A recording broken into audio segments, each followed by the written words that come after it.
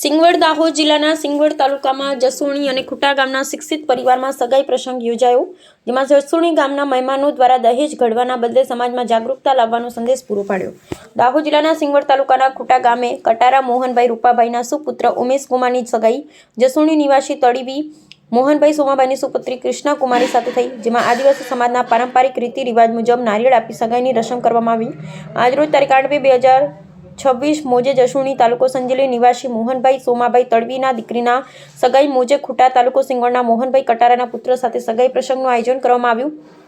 સગાઈ પ્રસંગે જસોડી ગામના સરપંચ મહેન્દ્રભાઈ પલાશ, સર્વે પંચ ગ્રામજનો, સગા સંબંધી બંને ગામના સર્વે પંચોની હાજરીમાં ખુટા ગામે સગાઈ પ્રસંગે આજના મોંઘવારીના જમાનામાં લગ્ન પ્રસંગોમાં લેવાતા દહેજ કર્યાવરની બંને ગામના પંચો રૂબરૂ સર્વસંમતિથી દીકરીના પિતા મોહનભાઈ દ્વારા પોતે સામેથી દીકરીના લગ્ન માટે કોઈ દહેજ કે નાણાકીય રકમની માંગણી કે લેવડ દેવડ સિવાય લગ્ન કરવાની જાહેરાત કરવામાં આવી હતી।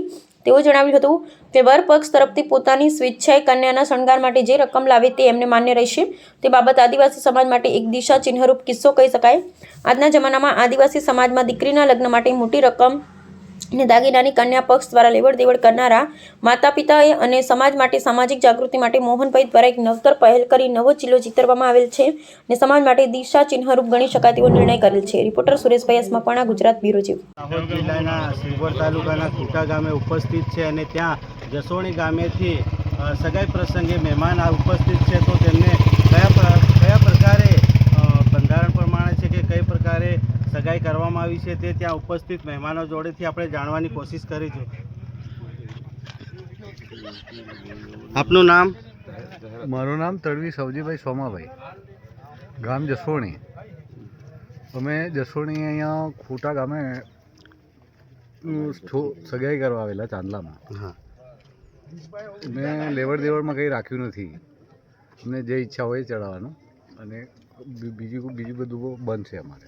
તો આના તરફથી તમે સમાજને શું મેસેજ આપવા માંગો છો? સમાજને અમે એમ જ કહીએ છીએ કે સમાજ આના તરફ જો વળે તો બધા લોકોને એમાં લાભ મળે અને જે નાના માણસો છે એમને બી લાભ મળે।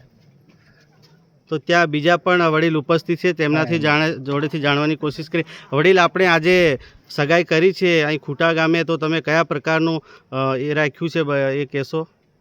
હા, તો બરાબર છે। આજે સગાઈનો પ્રોગ્રામ રાખેલો અહીંયા ખુટા ગામે કટારા પરિવારમાં, અને એ સગાઈની અંદર લેવડ દેવડ બિલકુલ કર્યું નથી અમે। અને આજે જે આપણા સમાજની અંદર જે કંઈ દૂષણો છે, દૂષણો એટલે કેવા કે જે લેવડ દેવડ છે, આ જે બિનજરૂરી ખર્ચા છે એ ખર્ચા ખરેખર ઓછા થાય અને બિલકુલ નાના માણસને ફાયદો થાય એવું જે કરવાનો ટ્રાય કર્યો છે। એટલે આ મારા સંદેશથી લોકોને એવી ફીટ મળશે કે ખરેખર જે ખર્ચા છે લગ્નના એ ખર્ચા ઓછા કરવા જોઈએ અને સમાજને સરખું રાખીને આપણે સુધારા કરીશું તો આવનાર સમયની અંદર ઘણું બધું સારું પરિણામ મળશે। મારી દીકરી છે અને મારી દીકરીનું જે સગપણ કરવા આવે છે, હું મોહનભાઈ તળવી જસોણીથી બોલું છું। ખૂબ ખૂબ આભાર સાહેબ આપનો। આપણી દીકરી નોકરી બી કરે છે અને સામે પણ ભાઈ નોકરી કરે છે અને શિક્ષક છે, છતાં પણ તમે કોઈ દીકરીનો વ્યવહાર કર્યો નથી, એટલે સમાજમાં આ થકી સારો મેસેજ પહોંચે। આપનો ખૂબ ખૂબ આભાર સર। Thank you.